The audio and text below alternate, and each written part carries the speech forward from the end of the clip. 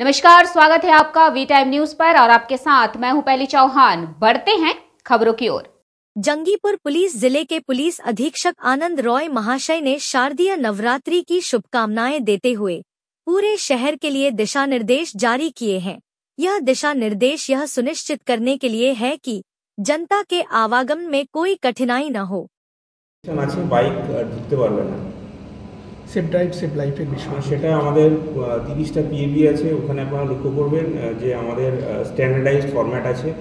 ওখানে আমাদের এন্ডের থেকে যে সামাজিক যে মেসেজ দেওয়ার, সেটা in terms of cyber crime, তার রোড সেফটি, এইসব আমাদের ওখানে ফ্লেক্স ফেসবুক থাকবে।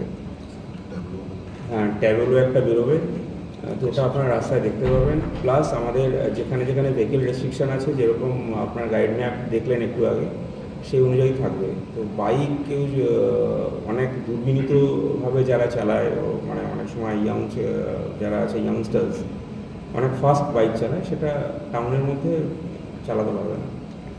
আমাদের টিম থাকবে, আমরা সজাগ দৃষ্টি রাখবো, ফলে সমস্যা হওয়ার কথা নেই।